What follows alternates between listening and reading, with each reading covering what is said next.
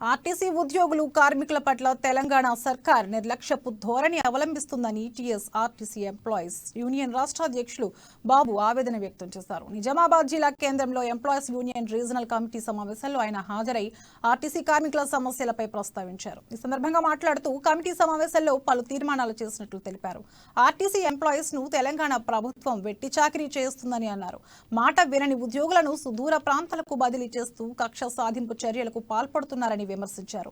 RTC ఉద్యోగుల సమస్యలు పరిష్కరించుకుంటే రాబోయే రోజుల్లో ఉద్యమాన్ని ఉధృతం చేస్తామని హెచ్చరించారు.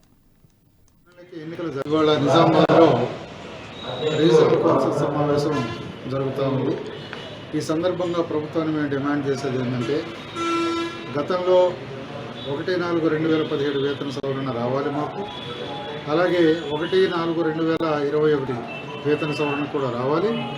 కేటీఆర్ గారితో మునుగోడు ఎలక్షన్ సందర్భంగా మాట్లాడినప్పుడు ముఖ్యమంత్రి గారితో మాట్లాడి వేతన సవరణ అనేది చేస్తామని హామీ ఇవ్వటం జరిగింది.